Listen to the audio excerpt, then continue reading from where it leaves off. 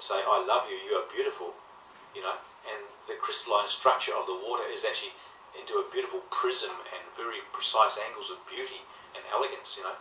So water takes on, you know, sound and thought intention, because everything is recording, you know. Everything is recording what's going on around it.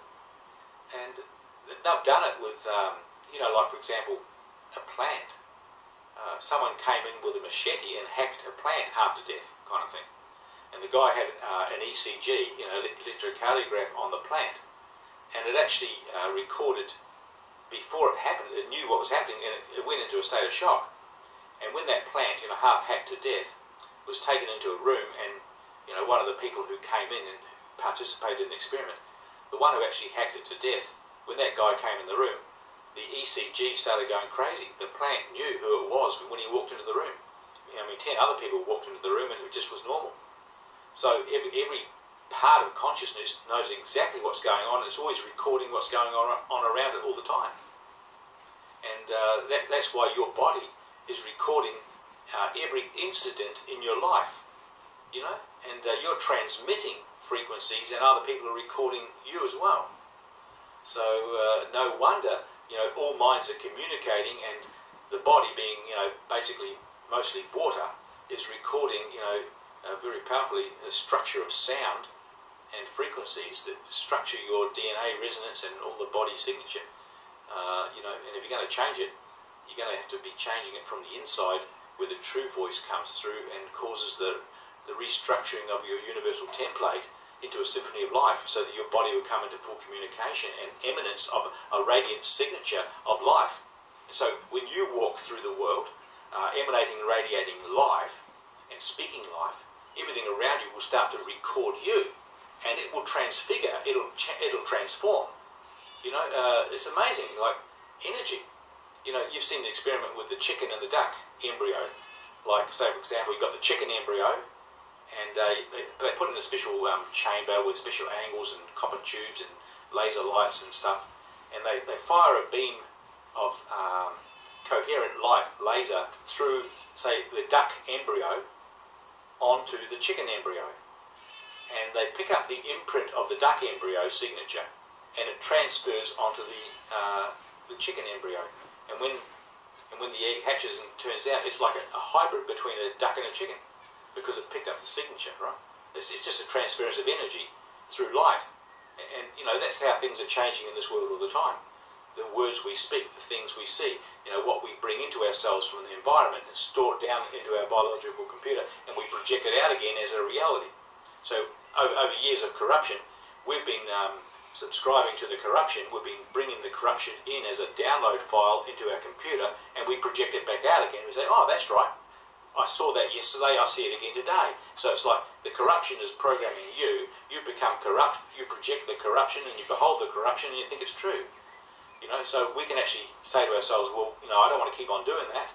I actually want to bring in the eternal life flows of the original blueprint of life from within me, and I want to reconstitute my anatomy, and I want to extend life to everything around me. I want to bestow the beauty of holiness upon creation, and it will return to me a witness of like kind. You know, it's amazing. It's just so simple. You know, if you emanate the inner kingdom light reality and shine it into your hologram, the hologram's going to bear witness to it, and you'll see the world that you truly want through the inner kingdom reality of your beautiful life, you know. And so that's it. Anyway, I'm going to just sign off the mic here for a little bit. And thanks, Deborah, for the room again. It's been quite beautiful, and like I keep on saying, we only teach ourselves really what we want to learn. And what you want to learn, you know, is what comes out of your mouth, or what you're thinking. And if you're thinking something that's a bit corrupted, you can change your mind, and that's the beauty of it, right? So it's up to us to program ourselves with the inner kingdom realities and the you know, the consciousness constructs of the teachings of Kathara. And here's my website again. I just put it up again because someone's come into the room. 2 minds, 1 choice.com. And the technology page on there has got all this teaching and how you can download the true programs of life to reactivate the structure of your of your temple and get the flows of eternal life working through the multi-dimensional structure of your anatomy. It's absolutely brilliant, you know.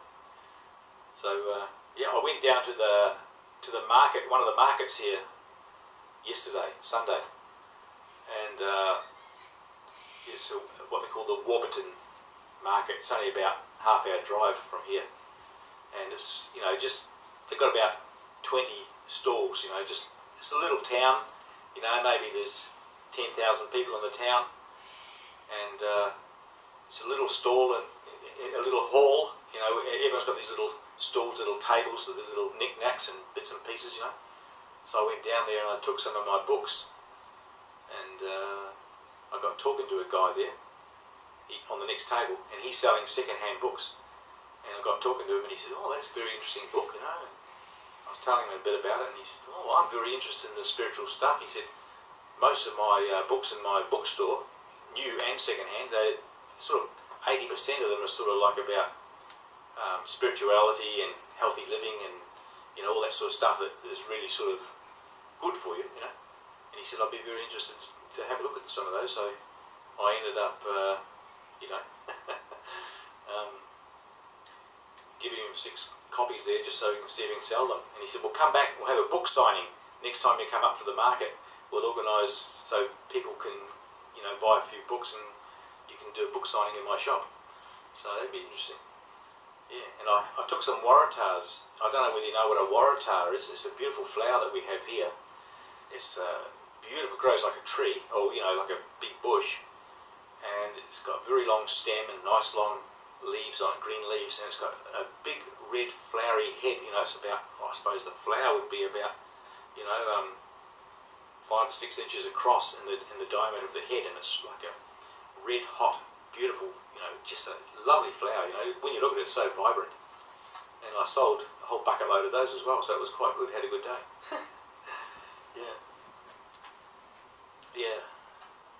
So, you know, what can you do? You just got to keep on pressing in and asking God, what now? What next?